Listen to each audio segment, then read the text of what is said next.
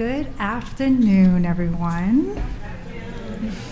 I want to say first, it is an honor to be here today in a room with friends, leaders, educators, and supportive housing advocates. My name is Symone Johnson, and I am delighted to introduce the parenting journey and the inspiring team in the workshop today. I am the program coordinator for the Young Adult Family Program at Belly House Housing Works. It's a nonprofit organization that provides a multitude of services, including housing, job training, legal assistance, and healthcare. In the Young Adult Family Program, we provide housing and case management support to 30 families who are young adults ages 18 to 25 years old with children. Families that are enrolled in our program are individuals who are transitioning from shelters throughout New York City. Our program's goal is to help parents develop their independent living skills, parenting styles, confidence in achieving their personal goals, and promoting children's health and well-being. In September 2019, my colleagues and I had the opportunity and privilege to attend the Parenting Journey 1 training and work with Katie, Gabby, and their awesome team, including Christina and Pedro. I highly recommend the Parenting Journey training if you haven't already experienced it yet. It was a great experience personally and professionally. The Rockstar team did an extraordinary job teaching us ways to create a safe group environment and nurture parents' growth and connection with others. Gabby and I were in the same cohort training, and Katie was the co-trainer leading the other small group. Throughout the 5 days of training, I was in awe of the great curriculum that fostered peer support, self-reflection, and growth as an individual and parent. I remember on the last day of the training feeling sad that it was coming to an end, but also eager to implement the Parenting Journey training within our program for our parents. Parenting Journey became a vital curriculum in our program in helping parents build peer support, reflect on their childhood and parenting experiences, as well as share useful resources, especially during COVID-19 pandemic. During the pandemic, we utilized Zoom and provided incentives such as tablets and gift cards, and we successfully completed 3 12-week cycles. During our graduation ceremonies, parents have expressed how the group has increased their sense of empowerment. I would like to share with you 3 testimonials from our program parents. Our first parent expressed, in regards to their experience in Parenting Journey, what I liked most about the Parenting Journey group was the community that came with it. It was full of extraordinary women who took pride in their parenting. Every week, we would come together, evaluate our parenting, and have discussions from multiple perspectives. The group made me feel good because it showed me that I'm on the right path with my daughter and that I'm not alone in sometimes feeling like I'm standing in quicksand as a parent. Our second parent stated, "What I liked most about the group was how great we all got along. We were able to relate to each other, talk about our experiences, and give advice. The group made me feel welcomed, and I was able to feel heard and understood." And that was something that was expressed a lot amongst our parents. being part of a group, having the opportunity to talk about, situations that they were going through, not only in their past, but present. Especially during the pandemic, it was really hard for many of our parents who felt isolated, did not have that connection as they used to. And on top of everything, schools were closed, so who was with them 24/7, those cute little munchkins. And our third parent wanted to share, what I like most about the group is getting to know the other mothers and becoming friends. After the first week, I felt very comfortable because our similar experiences of having children, living in shelters, and being family-oriented. The group felt like a safe place where we can share our experiences and was a reminder that we are not alone. Without further ado, I would like to introduce the amazing Parenting Journey team, Katie Wilson and Gabby Witty.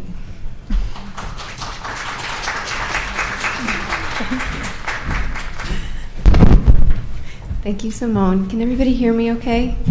All right, wonderful. So as Symone said, my name is Katie Wilson. I'm a program director at Parenting Journey out of our New York office. I've been with the organization for about 4.5 years. I'm a licensed mental health counselor, and I've been working with families in various capacities for about 13 years.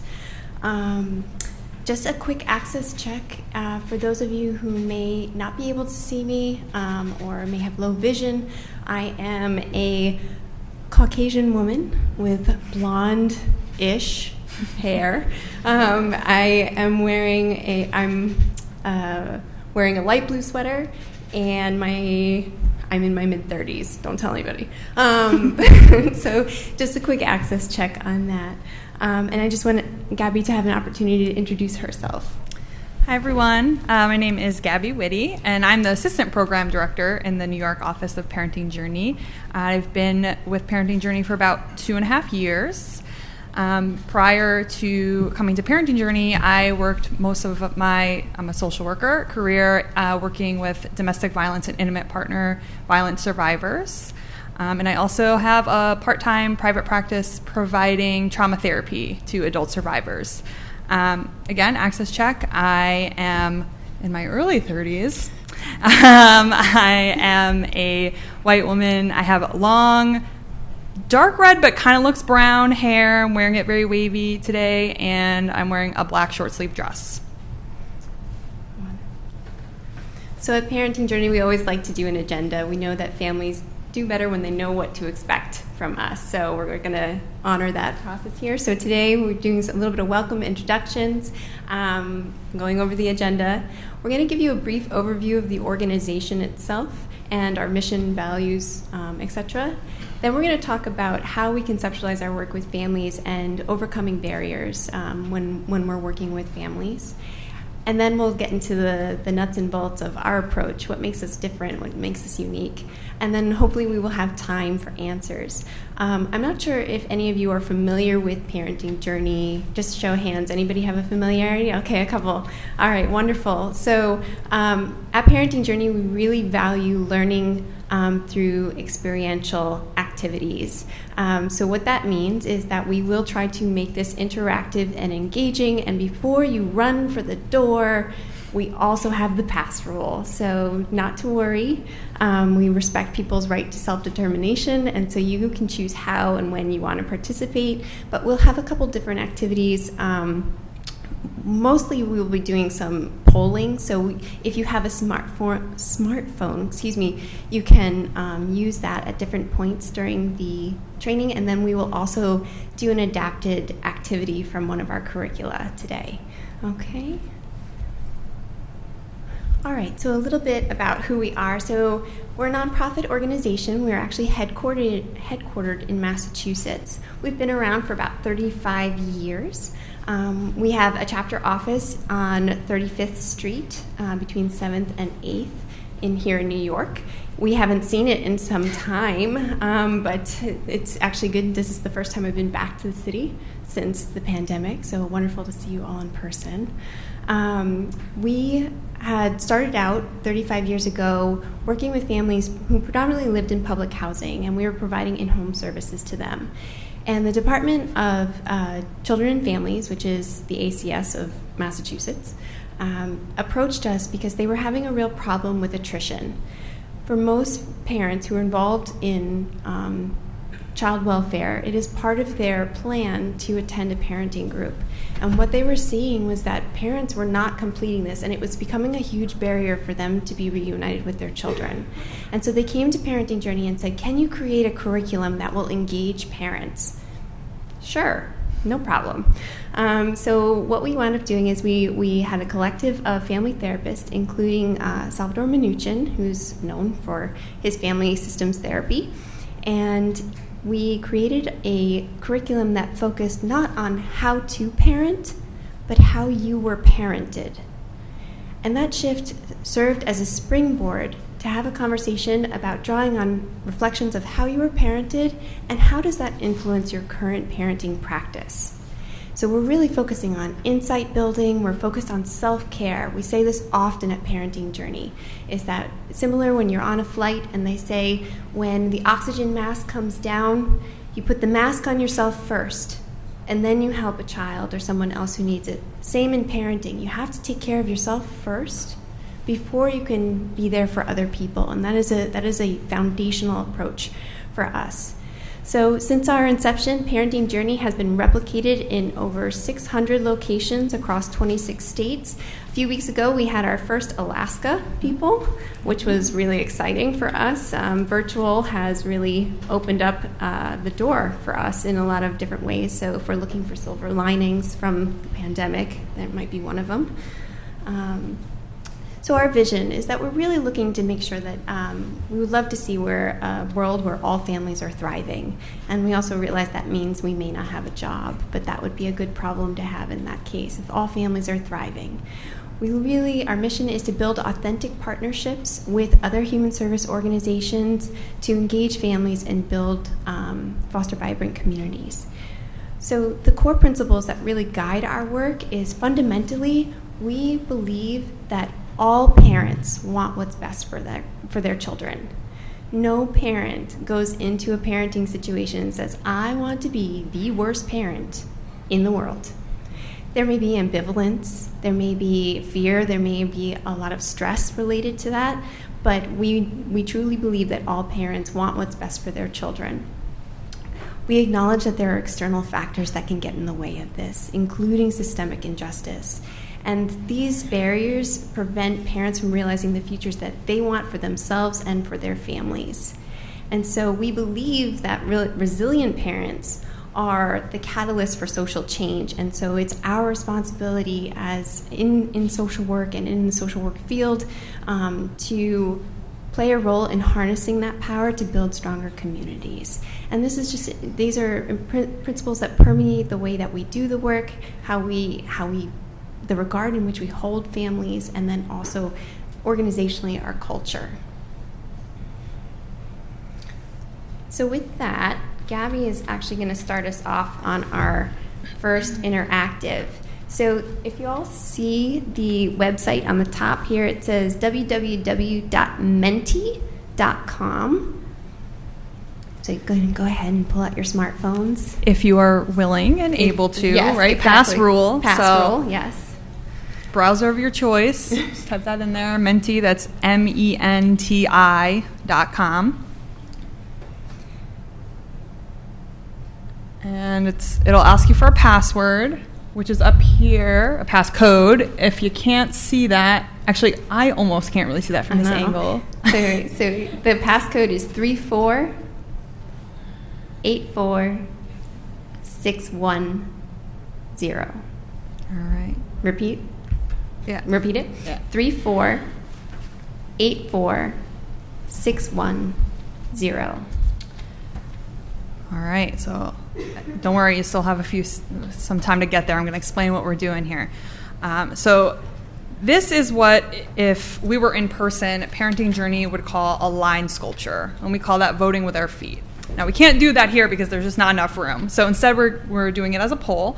And so I want you all to imagine that on one side of the room, there is a statement that says, I parent my children, or I would parent my children the same way I was raised.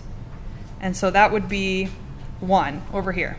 So I raise my children, or I would raise my children in the same way I was raised. On the other side of the room, we would have, I do not parent my children, or I would not parent my children the same way I was raised. And that would be a 5.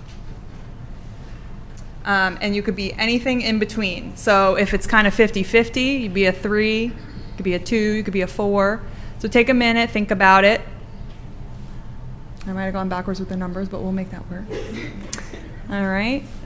All right. Oh, we got people voting. So it's popping up here. I still see some comments. We'll give it another couple seconds. All right. We got a lot of 3s. That's common. That makes sense. Okay. All right. So it looks like we have 7 1s, 8 2s. Katie, can you read me 3? 3, we have 15. 15 3, 8 4, and 7 5s. All right. So this is you with the mic. Would anyone be willing to share who put a 5 or a 4? So meaning they would raise or are raising their children different from how they were raised. Be willing to share a little bit about why you chose 4 or 5? I saw a hand over there. Symone's going to help us out with the mic so we can hear you. Over here. Yep. You can project if you'd like. Good afternoon, everyone. My name is Kim. A little self-disclosure. My son, who's now 13, I actually took Parenting Journey when he was 3 years old. Amazing. And it touched me and affected me so much that a few years later, well, in 2018, I actually took the Parenting Journey Facilitator training over here on 34th Street. I just fell in love with the training, everything you said. I can't get away from it. I worked in a shelter, and I actually, right before the pandemic, had the opportunity to do a 12-week cycle. So this just is special to my heart. But being that I took the training and went through a cycle and taught the training, like you said, it taps into that part of you that helps you to connect to how you was raised versus how you raise your children. So that's why I picked the 5 without going into too much depth. Sure. It just was eye-opening for me how I was raised in a lot of traumatic experiences, going through foster care and a lot of different things. It helped me to tap into and be cognizant of how I'm actively raising my children. So it was life-changing for me, actually. So thank you. Thank you. Thank you. Thank you so much. All right. Next, anyone who shared they were a 3, would you like to share a little bit about why you picked 3? Oh, I see some fake hands. They changed their mind. Okay. Hi, good afternoon, everyone. My name is Richard. I chose 3 just because of certain things that I would use that my parents taught me growing up. One of the things I would not do, for example, would be like corporal punishment, things like that, especially coming from a Hispanic family. There's a lot of influences of corporal punishment, machismo, certain things that I wouldn't apply to my child, but certain things that I would, such as like, making sure your education's on point, making sure, certain aspects of what they taught me I do value, and I still would teach it to my child if I had one. But yeah, so there's certain things that I wouldn't. So I'm always in between both. Excellent. Thank you so much. And I like to point out there, we have all sorts of experiences in childhood, right? And some of them are good, some of them are not so good. That's part of what we do in Parenting Journey is how do we identify the things that were good and keep doing them? And how do we recognize when, maybe that's something we want to change or we want to do differently? So that was an excellent example of what that looks like. Thank you so much for sharing.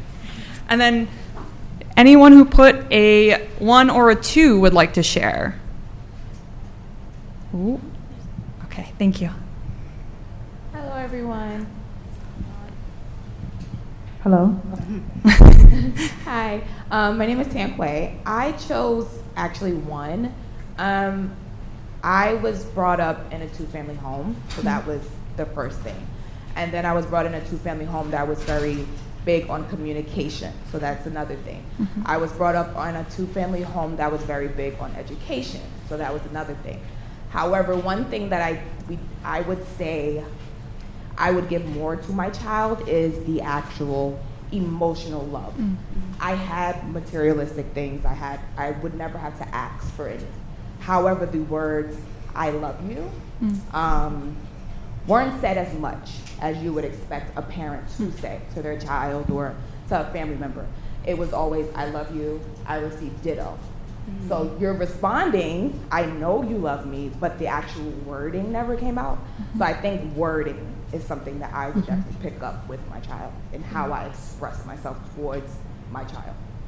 Thank you. Thank you. Thank you, everyone who volunteered to share. So the reason that we do this activity is because parenting practices happen on a continuum. However, oftentimes they're polarized to be good or bad. Right, so this activity gives us an opportunity to tap into the story of how we were raised and be able to generate insight into our own parenting practices. And this way we can identify and mobilize strengths, and we can create a safe space for reflection and for change-making behaviors to occur. Right, so that's what that's about for the group. Just a second while I put our PowerPoint back. Oh no, we've got to toggle. We're almost experts after being virtual for 2 years. So this is just a glimpse of the role of stories. And Gabby and I were talking earlier, with our keynote speaker, Lori, and the role of her story. And, many of you may have put yourselves as a 4 or 5 or 3, but each of your stories are different as to why you placed yourselves there. And the role of story is so important. And so I wanted to share this image with you. This image, it's a little blurry up here, but it is a cartoon that was placed in the Wall Street Journal in the summer of 2020. And so at this point, we are realizing we are fully in a pandemic, and so that we are not coming back 2 weeks later. We are in the pandemic, and this cartoon was put in the Wall Street Journal as a response to some of the messaging that, particularly from celebrities, of we're all in the same boat. And the reality is, there are all kinds of boats. And when we think about we think about privilege, we think about access to resources, access to support. Someone who has access may have that naval ship in the back, whereas someone who may not have those privileges, who may be struggling to access their basic needs like housing and food security, or may have to work but then childcare is threatened because of the pandemic, they might be in that little kayak down there. If that, maybe people would put themselves differently, and again, it's subjective. But really we want to be mindful of is that our boats are not the same, but we were all in the same storm. And so the quality of our vessel was really going to impact how we experience that storm. And so when we're thinking about families, we're trying to be cognizant of what vessel are they in? What boat? And this is not, I talked a little bit about external resources, but we can't negate also internal resources. Resilience is a phenomenal resource that so many people have, even in the presence of adverse experiences. And so when we're talking about our work with families, we want to understand that everybody experiences challenges. It's part of our common humanity. Suffering is part of our common humanity. But we want to make sure that we are recognizing the differences in access to supports, access to resources, the role of privileges, systems, systemic oppression, intergenerational trauma. These are all things that are going to impact the way we experience the storm. So with that, Gabby.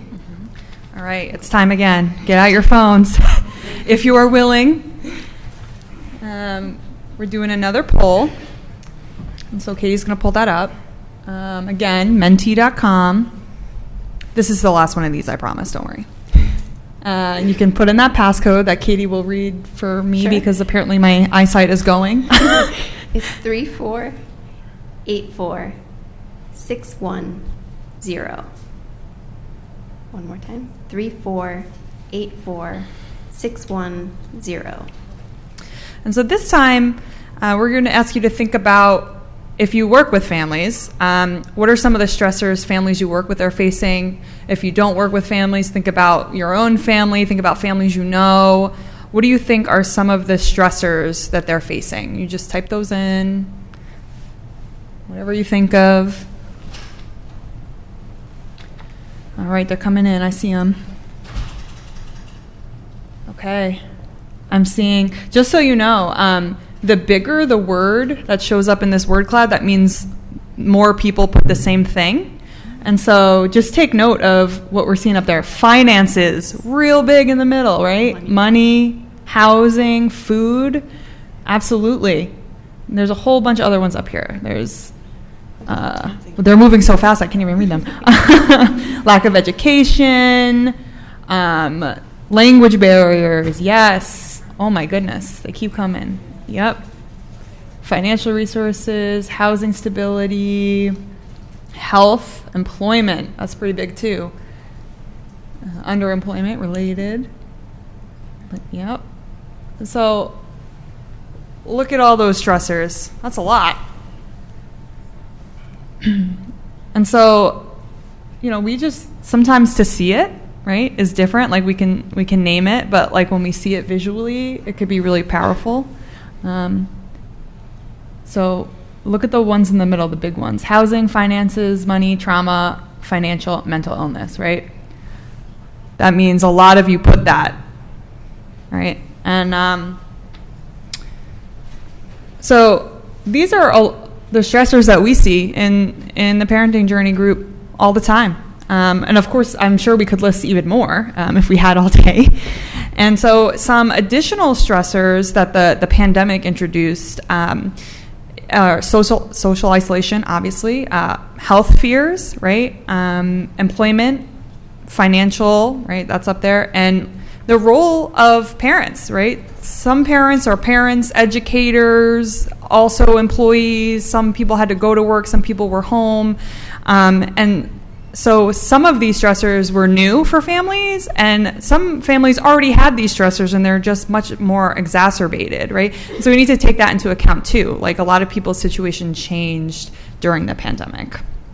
And so while many of these stressors exist on an individual and family level, we know that many of them are systemic, right? And so what do we mean by systemic? We mean policies, practices, procedures that result in some people receiving unequal access or being excluded. And so we have a list here. Of course, this is not an exhaustive list. This is just some of the common ones that we see at Parenting Journey. So just to touch on a few, poverty, right? I saw a lot of people putting money and finances up there, right? That was nice. It was big.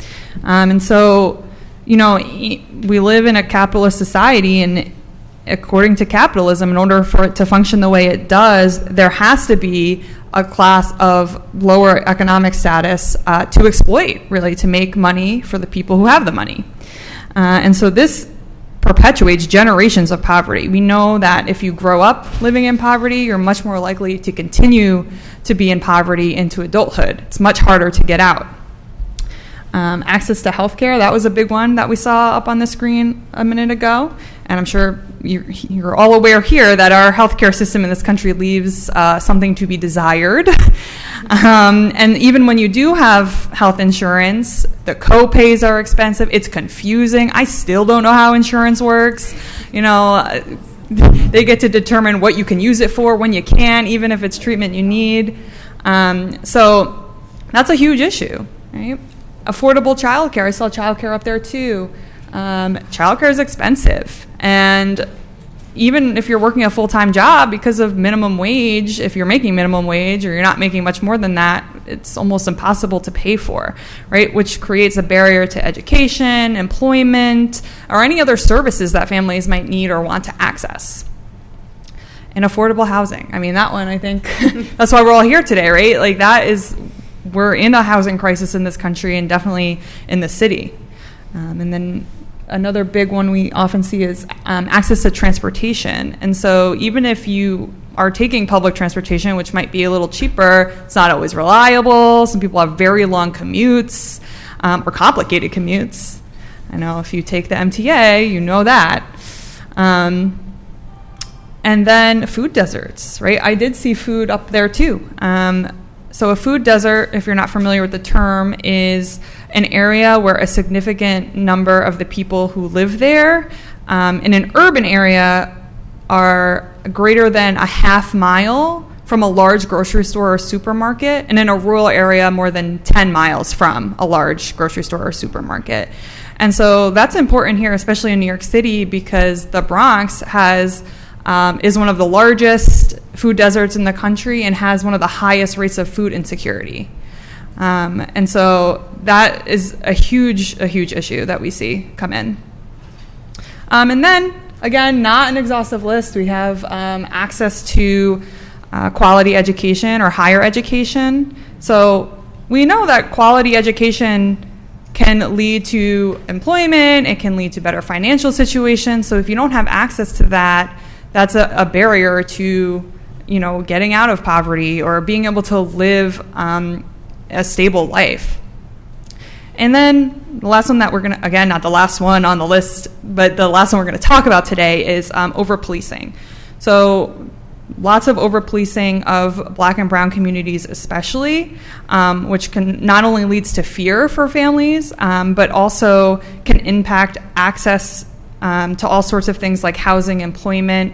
When there's an increased police presence, there's increased arrests, increased criminal history, and so some communities are policed at much higher rates, which then creates even more barriers to all of these things. So you'll see that a lot of these kind of overlap too, right? Healthcare, if you have poor healthcare, it's going to impact your employment, it's going to impact your finances. So these are some of the big things that we see from families at Parenting Journey. The other thing that we really focus on is around intergenerational trauma and historical trauma. So intergenerational trauma is a phenomenon in which the descendants of a person who have experienced a terrifying event show adverse emotional and behavioral reactions to the event that are similar to the person who experienced it.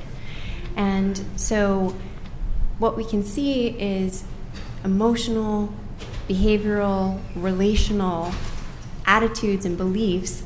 It can be transmitted across generations in response to a specific event or type of event. We also have historical trauma, so this is also called multi-generational trauma, and this has to do with a oppressive event that has impacted a group of people, so whether it's cultural, racial, or ethnicity. And so the oppressive event is like slavery, the Holocaust, forced migration, and I'm trying to think, there was another one I had on my list, but those are some of the examples. And so for an example, a recent example I heard about a historical trauma is for an individual who may have had a relative who survived the Holocaust. They may experience anxiety in train stations or in crowded places that they really were not familiar why this was happening for them. And so there's this transmission that is happening. And while the mechanism for this transmission is not known yet, it has been shown that there have been these adverse effects on people's emotional well-being. So when we think about intergenerational trauma, we're trying to interrupt that transmission. And so there are both challenges and gifts that we get from intergenerational transmission. I think there's been a lot of focus on the negative transmission of trauma, but there are intergenerational gifts that we also receive from our family members. So challenges could be unhelpful or unhealthy parenting practices. I love to give the example of, so I'm a relatively new mom, and my mom disciplined with the look. Are you all familiar with the look? Yeah. And I can remember the first time my son threw food on the floor, and all of a sudden I felt it come out of my face. And I was like, oh my God, I'm a mother. I don't know when that happened, but it did. And so these behaviors transcend over time, and that can be good, bad, or indifferent. So some parenting practices can transmit over time. Along with family dynamics, and we're going to do a little exercise in a little bit around family dynamics and how those pass from one generation to another. Other challenges that might be intergenerational: predispositions to mental health and substance abuse, poverty, as Gabby mentioned, and then also system involvement. Gifts, things that we tend to overlook sometimes when we're thinking about intergeneration, is traditions. That's so important, to be able to hold on to specific traditions, whether it's religious or cultural or holidays, or just family traditions in general. Values, culture, resilience. In fact, research shows that when a child perceives a parent to be positive and to have strong parenting competence, that they themselves have a strong sense of resilience that carries them through adulthood. So this is important and crucial to our work, right? Is if we can help parents feel competent in their parenting practices, we might be able to foster that sense of resilience in their children. And then also talents and hobbies. Those are gifts that we tend to transmit across generations. So with that, we are going to do an adapted version. We're not going to do the whole thing. We just don't have enough time. But not to make it sound ominous, but the activity is called Secrets and Fears. And so we will need 10 volunteers. Now, to assuage any anxiety, you will not need to speak in front of the group, as long as, so I know that would be a barrier for me as I stand in front of the podium. So we will need 10 volunteers to come up to the front of the room. And we got 1, 2, 3, 4, 5. Yes, thank you. Come on up. Okay. I think I'm gonna grab the mic. Thank you. I'm gonna just.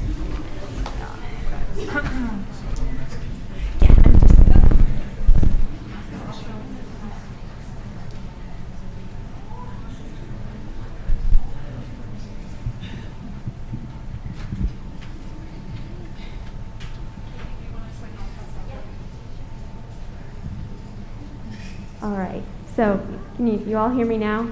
It's hard, now that I got a mask on, I feel like I'm talking.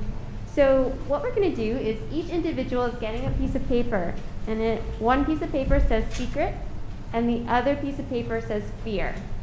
And so once you all have your pieces of paper, could you fold them up really nice and tiny, nice and small?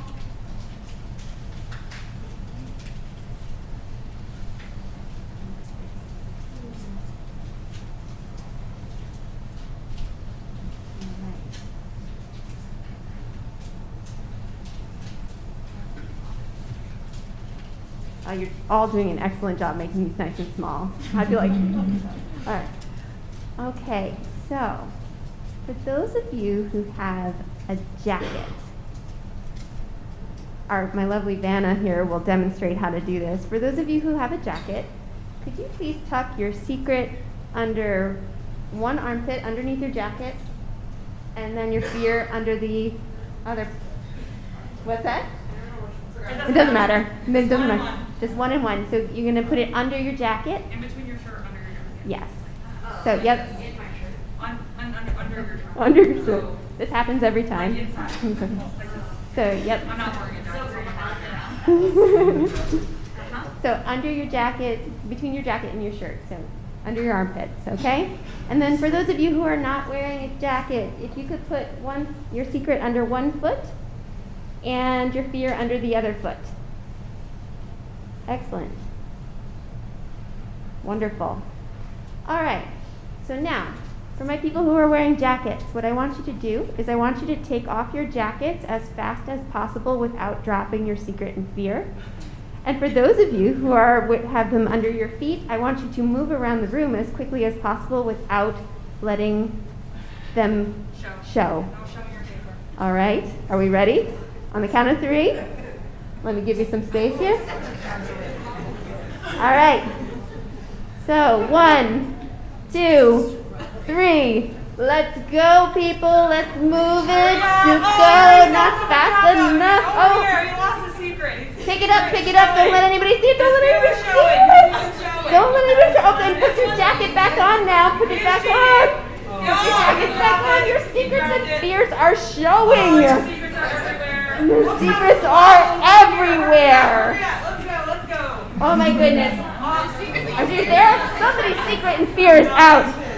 Oh my goodness. Put it back on. Put them back on. She's cheating. All right. Okay. Well done. Thank you for humoring us, really. So yes, everybody give a round of applause. Don't go anywhere just yet. So we have a few questions for you. So for those of you who your secrets, what was it like? How did it feel within your body? If we're connecting to our body, what was some of the things going on for you? I feel like I'm abused. Terrible anxiety. Fear of failure. Shame. So after I realized I was holding my breath, and you're supposed to actually breathe through stress and so I wasn't breathing. So I think that's not good for your nervous system or your brain or anything. Yeah. And it felt, I agree with anxiety, but definitely I was holding my breath, so it was uncomfortable. Wow. I kind of felt the opposite way. I was like, oh, I can do this. It's going to be easy. But then once you said put your jacket back on, I was like, oh, no. Yeah, I felt like it was impossible. Like I couldn't do it. So then after I was like, oh, I can't do it. I was like, all right, forget it. Let him fall. Just let him fall. It's okay. It's a great metaphor too, because we all have different reactions under stress, right? So holding our breath might be, and then there could be this just shutdown that happens under stress too, where it's like, well, I'm done with this. I can't do this anymore. Other thoughts, Gabby?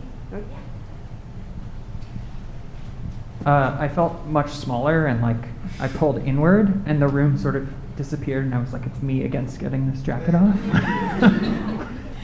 Did you win? No. All right. Did anyone come up with like a system that worked for them? That you sort of got into a groove? You did? Here, come over. What did you do? I kind of just focused on my armpits and then slipped off my jacket really fast. But then putting my jacket back on was a little bit nerve-wracking.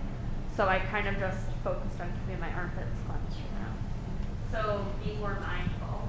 Got it, be more mindful. Anybody else? Anything you were wearing or had worked against you, do you think? Why did I wear a jacket? Okay, well then, why did I volunteer for this as one, right? Anyone else? Carpet. You said carpet, right? I can tell you I've seen this done on a hardwood floor. Much easier, right? So we got a barrier here, the carpet. All right. Well, I think we can round of applause for our volunteers. Thank you so much.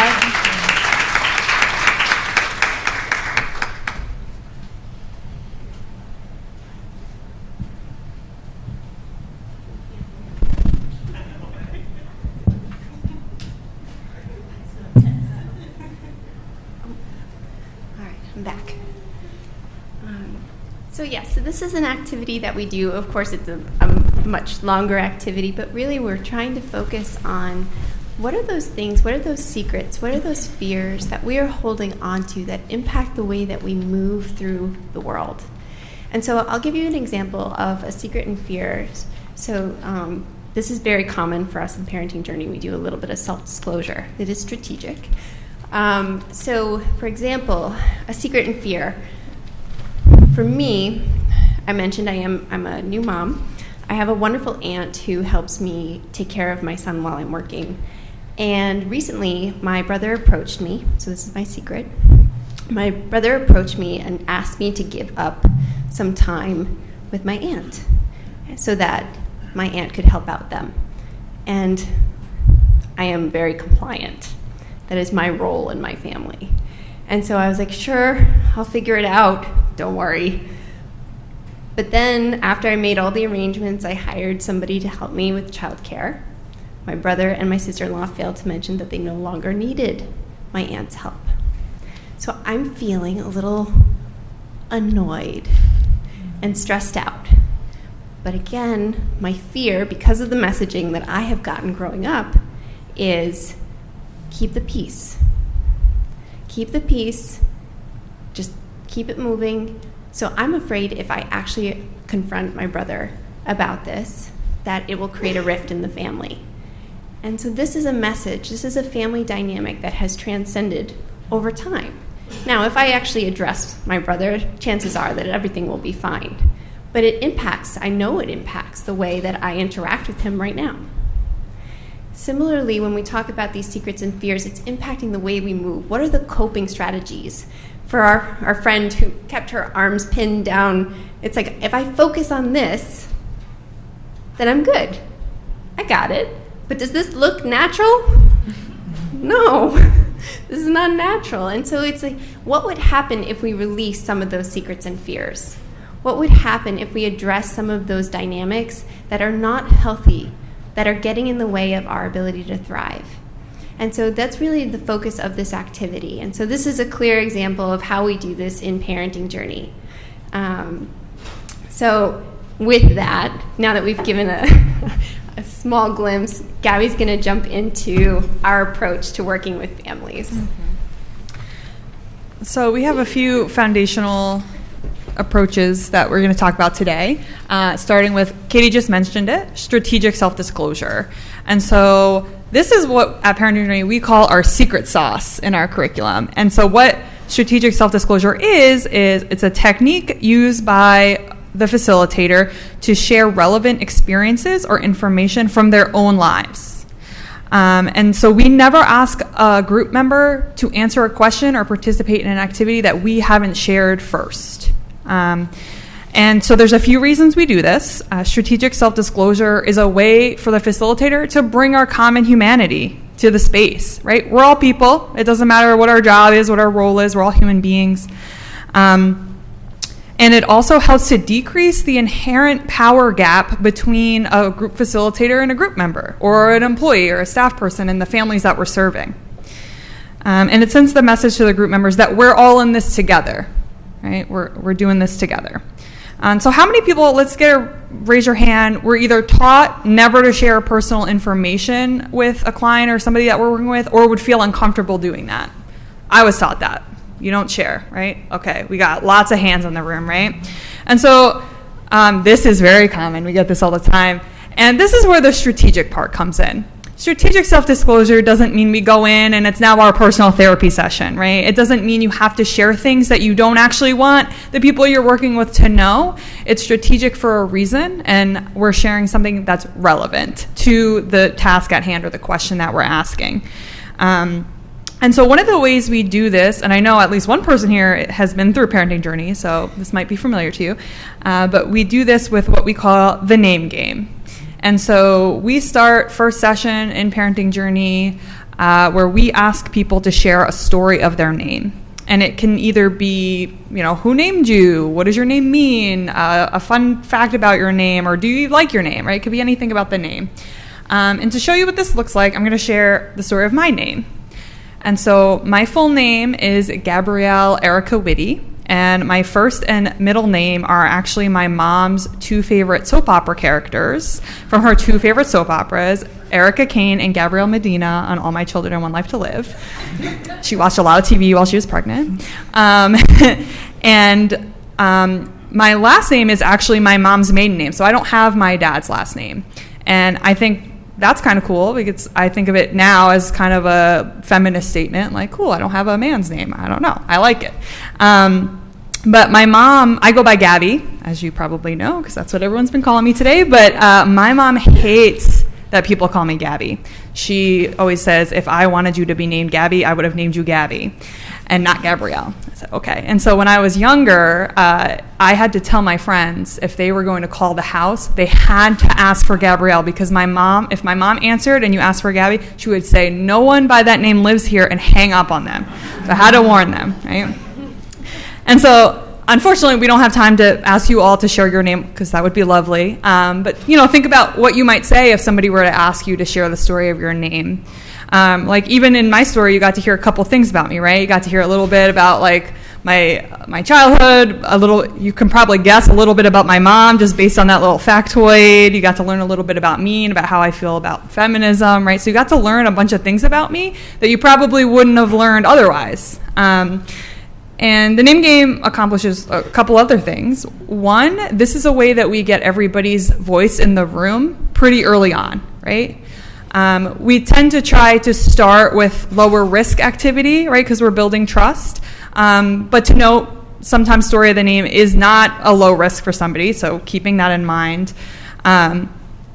It's an opportunity for folks to share about themselves in the way they want to tell it. Right? So how often do we get a referral or a chart with all this information about somebody? We learn all these things about them before we even meet them, right? And so this is a way that somebody gets to tell you in their own words about themselves, tell a little bit about their story. And most of our journeys begin with a name, right? For most people, they're born, they get a name, right? That's how our life starts. So that's kind of how we start the parenting journey as well, story of a name. And so the second one we have here is nurturing the nurturer. And one of the core foundational, what we call assumptions in parenting journey is that parents need to have the experience of being nurtured before they can nurture others. Now, the good thing about that is humans can learn and grow throughout their life. So if they haven't had that, they can get it. And so that's one of the most important components in the parenting journey curriculum. One of the things we do if we're in person is offering a nurturing meal for group members. And we just have an overall nurturing approach to our facilitation, right? It's very much, we're facilitating, we're taking care of you here, and we're creating that nurturing atmosphere, right? Because when they get to experience that and see what it's like, especially if they haven't had it before, they get to bring that home to their families and do that for their families. And I think Katie mentioned this one, routine and rituals. So families and children thrive with routine and with consistency and expectations. And so that's what we try to do at Parenting Journey as well. And we do that a few ways. One of them being the agenda. Like Katie said, we start every group session with an agenda, which gives members an overview of what the group will consist of, what we're doing, and where we're going, right? And we also use something that we call ritual questions, and we do ritual questions at the beginning of every session. So when group members come in, they know this is how we start. We get the agenda, we do the ritual questions. And the ritual questions are the same 4 prompts. We do them every week, and group members can choose one or a couple to answer. And so the themes are like they reflect on their week, and so they either are identifying strength or areas for improvement. They're reflecting on important connections that maybe they had that week, and their self-care, right? So this kind of serves two purposes. One, it's a ritual, right? It's something that you know you're going to participate in every week. And it also helps to build that awareness, start making those connections. And the same for closing ritual. We always have a closing ritual. Sometimes that one differs, but at the end of every session. So it's kind of, capped. Agenda, ritual questions, and then the closing at the end. And so that really helps for group members to know exactly what's going to happen every time they come in. It's very stabilizing. And we have self-determination. So at Parenting Journey, we believe in a person's right to self-determination. We believe that people know what's best for themselves and for their families, and ensure that everybody has choice, right? That Katie was mentioning, I think what makes Parenting Journey a little different is we're not telling people how to parent. We're not telling them what to do in their lives, because we're not the experts, right? They are. They know what they need, and what would be helpful for them. And so in the actual group curricula, we do this a few ways. And so one of Katie mentioned, the pass rule, right? Everyone gets to determine what they participate in, how much they share, or if they don't want to share. And that's perfectly okay.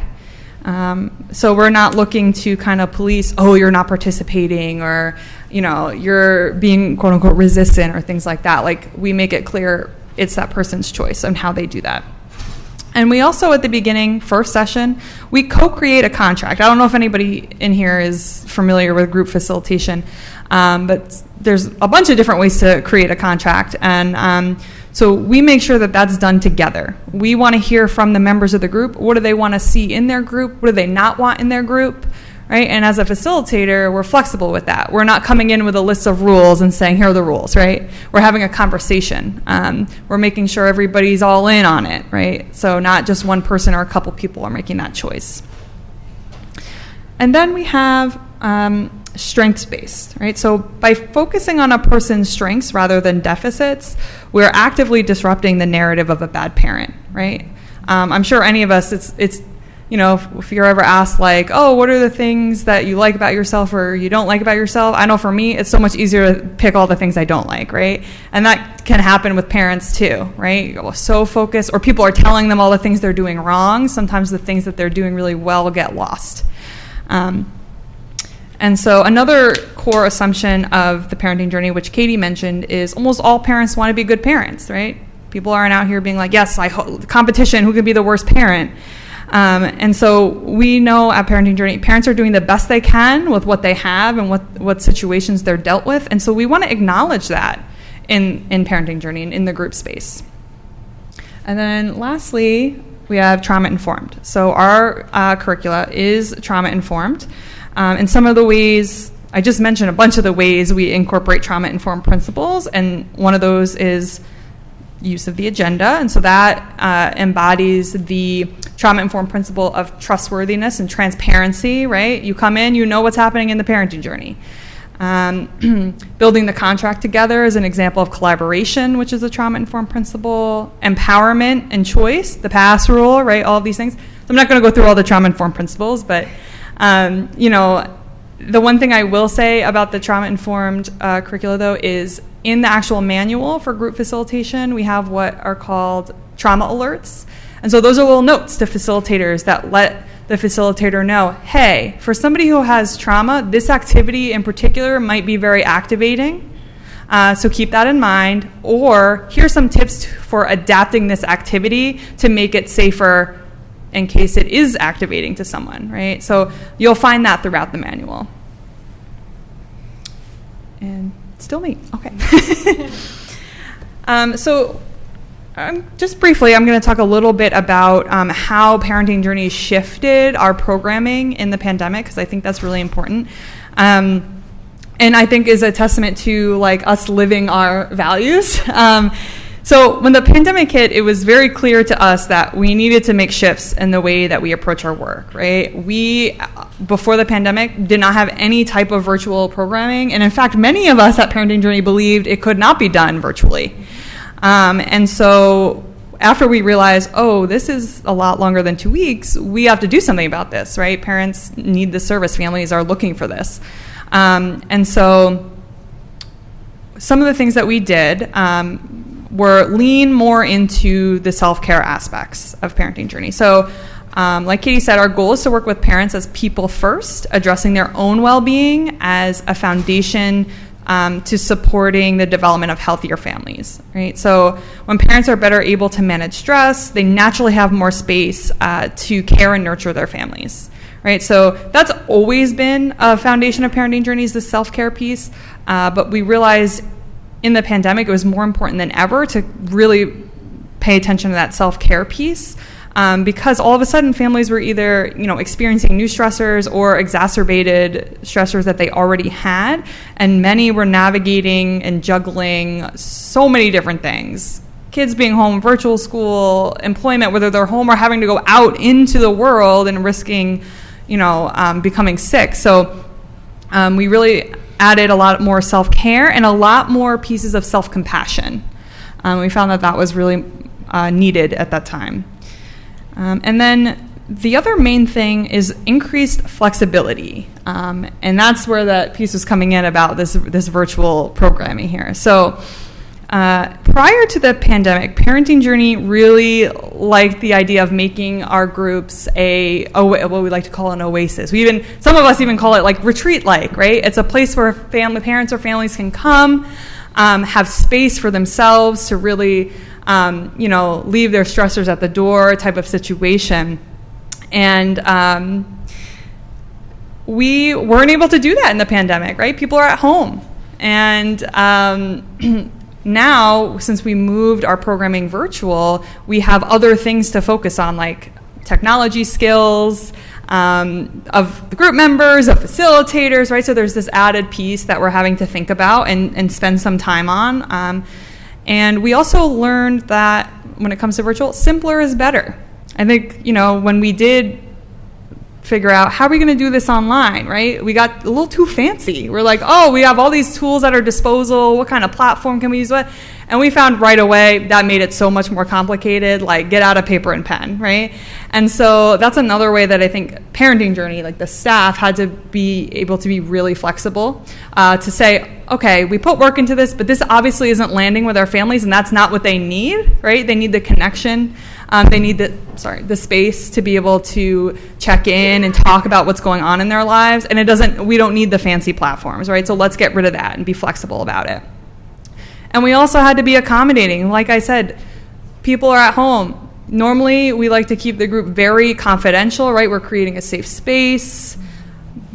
That kind of went out the window, right? We have people's kids are sitting on their lap in the group, their mom's next to them, right? They live with like a bunch of people. So it was much harder to do that in the way that we traditionally did. And so if we had said, well, sorry, Parenting Journey only works if there's this confidential safe space, you can't participate, one, nobody would be able to participate, but we really wouldn't be meeting the need where it was.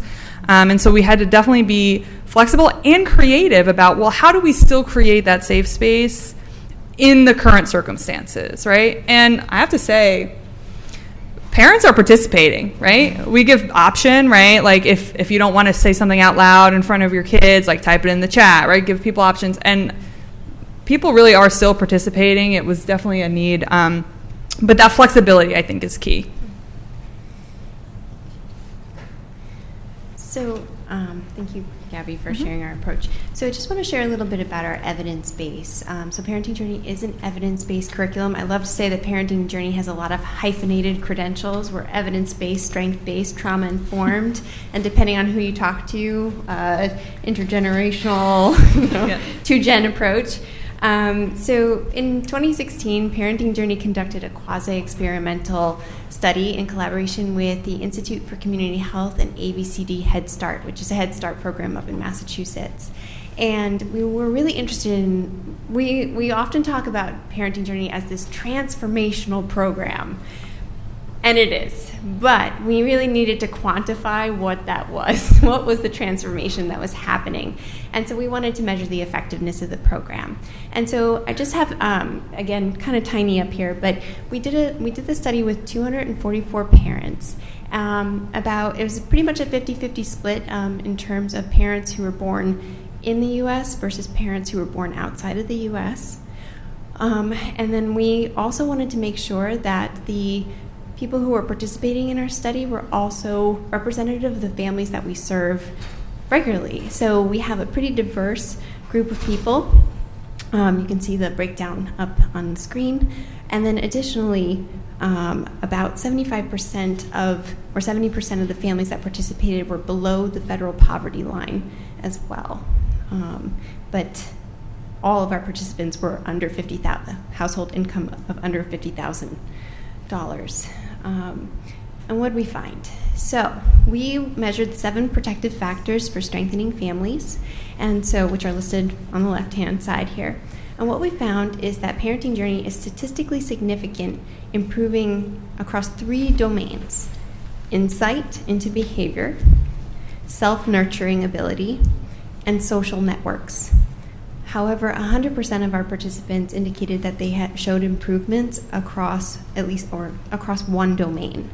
So we are really looking at that generation of insight into behavior, reducing parental stress, which is proven to improve childhood outcomes, and then also creating social support and reducing social isolation. In 2019, we did an in-house study because we're a 12-week group. So what are our sustained behavior changes? You know, it would be nice to think that a 12-week group is a cure-all, but realistically, that's not what's happening. So we wanted to know what were the sustained behavior changes. So we actually did a 12-month follow-up with families who participated in our groups to see what they self-reported as sustained behavior changes. And they reported at 12 months continued positive parent-child interaction relationships, greater insight into their own behaviors as well as recognizing behaviors in others, and increased social connection. So this ability to ask for help, which was really important.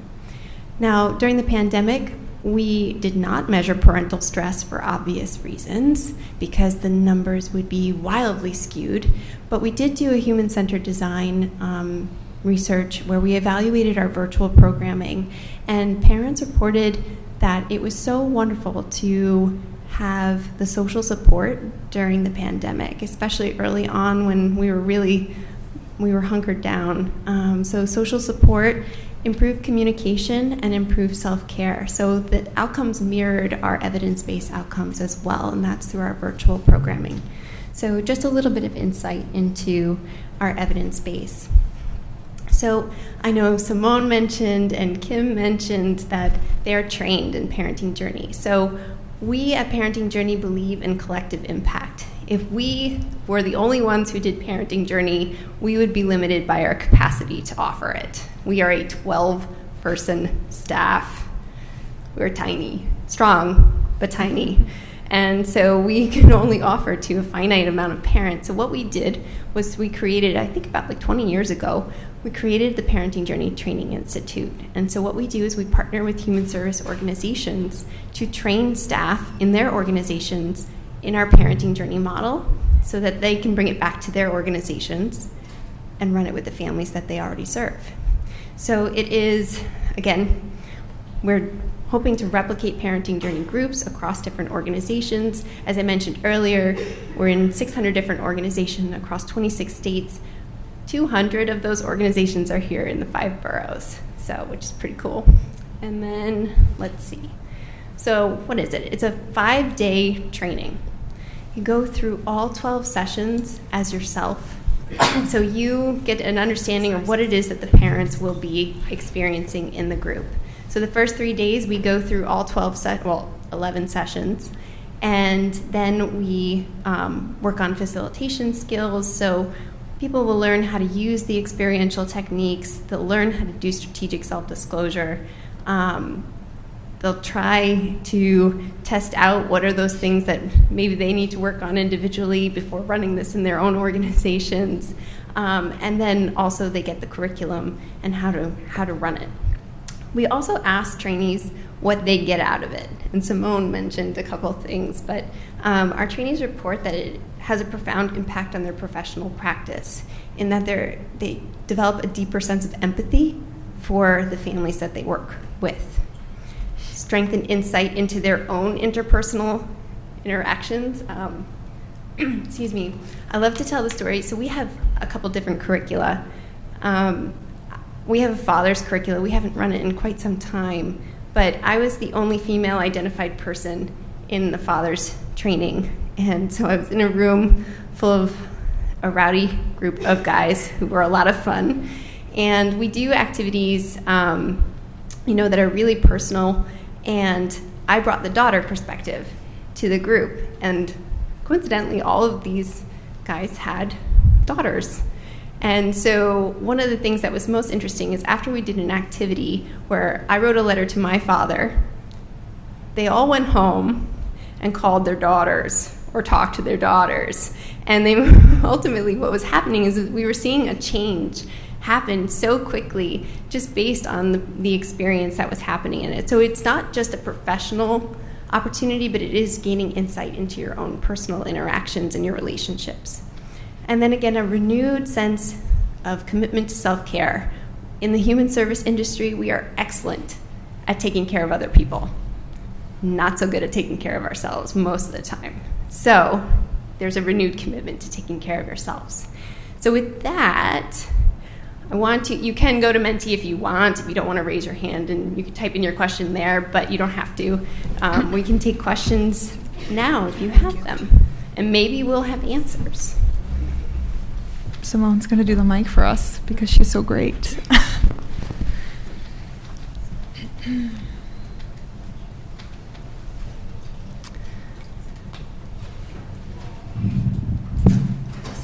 Oh, I see one already. I'm not helpful. I just say I see one. I don't tell you where. Thank you for this. With the foundational understanding that everyone is trying to parent the best way they know how, we also know systemically that sometimes those come into conflict with our duties as mandated reporters. And that's a tough call to make no matter the circumstances. And I'm just wondering how that's handled in situations when it comes up in a group. Absolutely. You want to take that? Sure. So excellent question. One of the main ways that we do this is with the contract. Right? And so right away, it's one of the first things we do together. And so during the contract, like I said, it is co-created, and there are a few non-negotiables, unfortunately. And so this is where we're sharing what our responsibility as a facilitator is and the mandated reporting. Now, personally, the way I like to approach this is, by letting them know what my duty is, right? What that entails, and so what the limitations to confidentiality are. Right? And I try to present this in a way that's not, I normalize it, right? These things happen for a lot of people. Unfortunately, we live in a society where a lot of things are policed, and it's normal for these things to come up. And so I let them know exactly what will happen if it does, right? And so first and foremost, if you bring it to the group, it gets addressed in the group first. Right? So this is not a situation where someone shares something, it's like, oh my God, pull them out, like go talk to them in another room. No. If they brought it to their group, that means something, right? That's powerful. So let's talk about it in the group.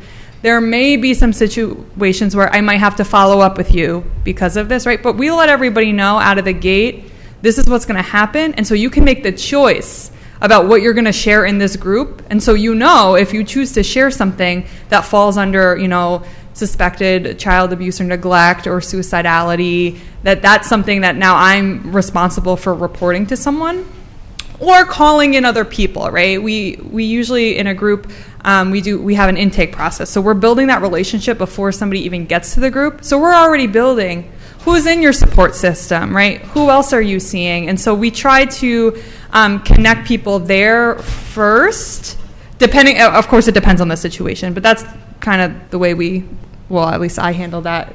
Katie, do you want to add anything? Yeah, and if we know that we're going to be doing an exercise where there might be, at certain points you really get to know your group really well, and you know the types of shares, the dynamics of the individuals that are participating. And so if I know that I'm going to have an activity that the strategic shares might lean in a direction, and there are times we absolutely get blindsided, but I will revisit the contract before I do the activity and just remind people about, my obligation, but also, this is designed to empower them to choose what it is that they share with me in this moment. So that's just a little add-on. Yeah, absolutely. Oh, okay.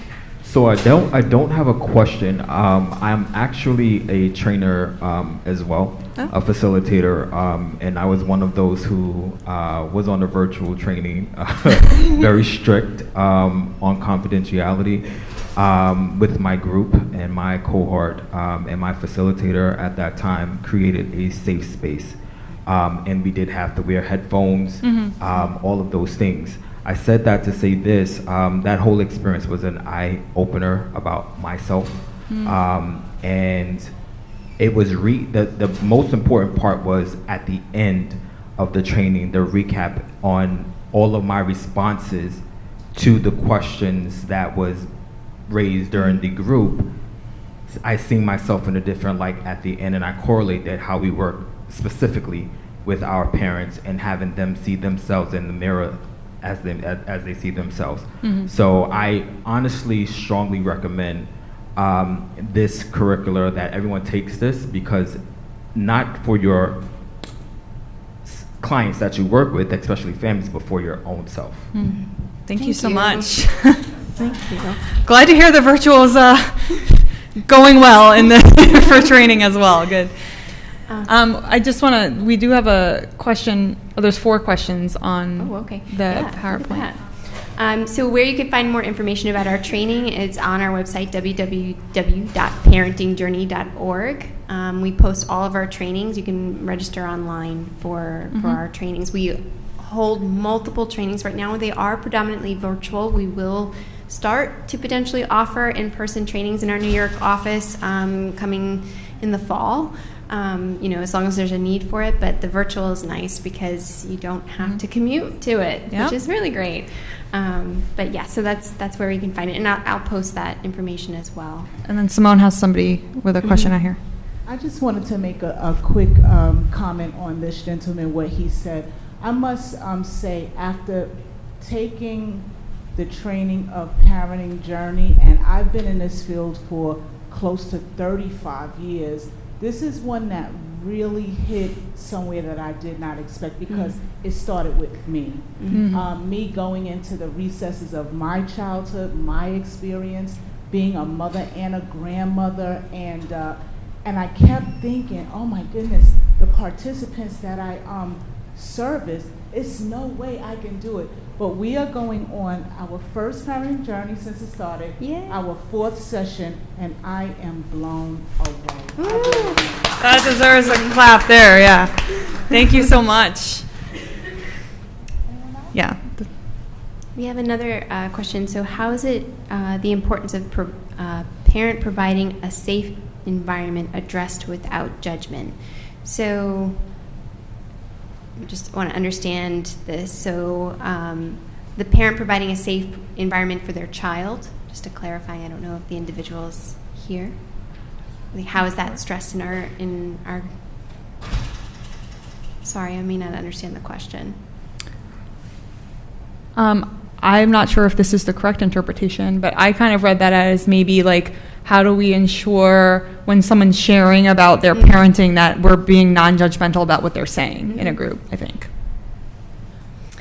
Yeah, so the beautiful thing about a group is that we don't have to be the only voice in the group. That's definitely, we lean on our other parents in the group to help support one another, but the importance of non-judgment is really, we are leaning into that strength-based. Another example that I can give, Gabby and I both ran this with young parents and also teens, a version of it called My Journey, and I had a young mom who reported like that she had a situation she was proud of, and that she met up with her mother, with her child, and she had gotten into an altercation with her mother, and she wound up cursing her out, and everybody in the group is like, well, you're proud of that? And so I asked her, I said, tell me why you're proud of that. And she said, well, because normally I would have put my hands on her. And so we're talking about harm reduction here. We're talking about, so if we had jumped all over that situation and said, like, that's conflict is bad, cursing your mom out is bad, rather just to create a space and get an understanding of what it is about that situation that is for her a win is really important. And so it does require some of that, really leaning into strengths and encouraging them to identify the strengths.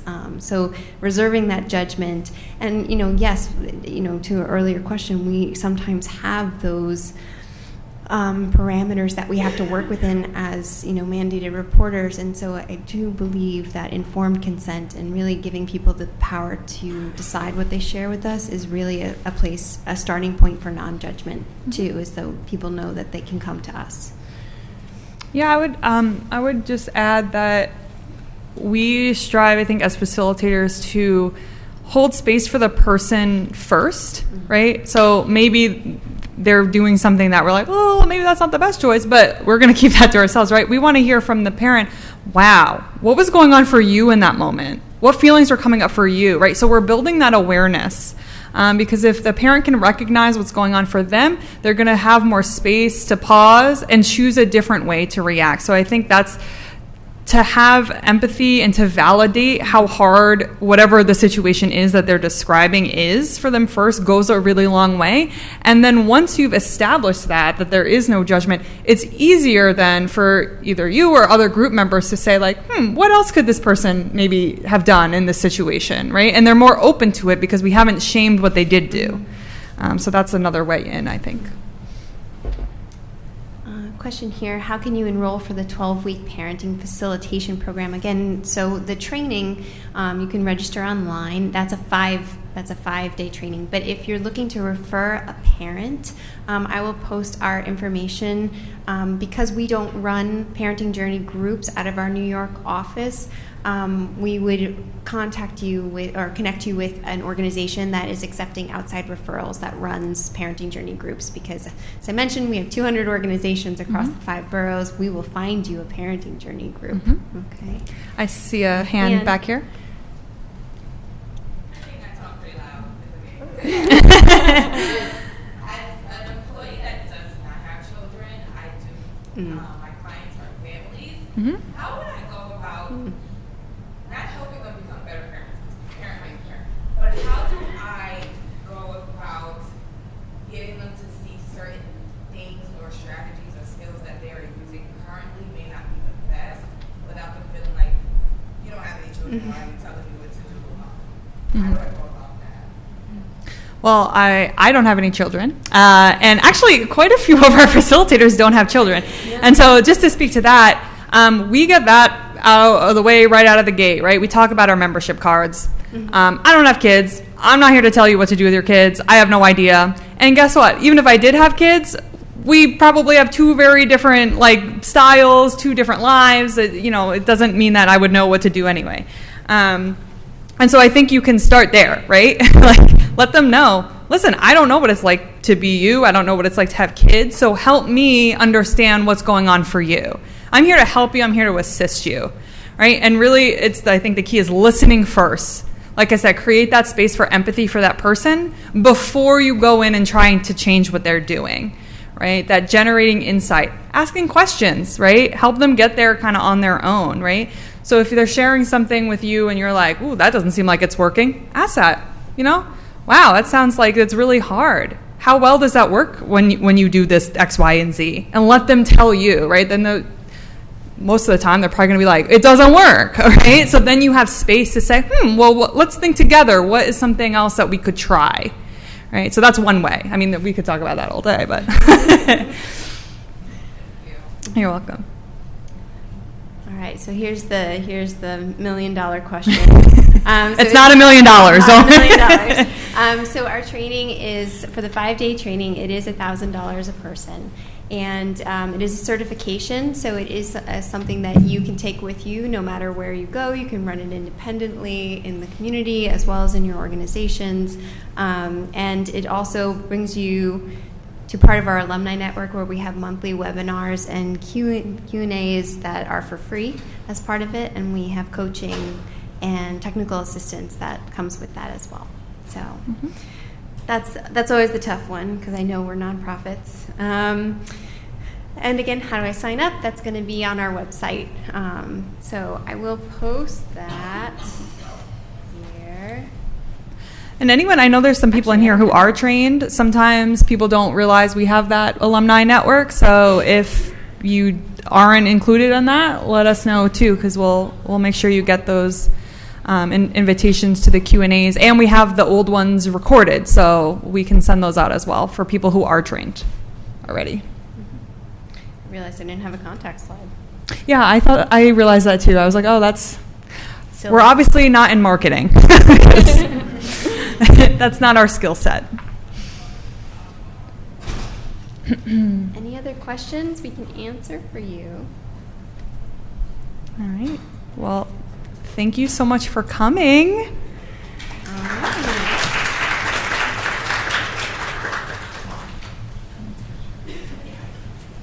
Enjoy the rest of the conference, everyone. Thank you so much.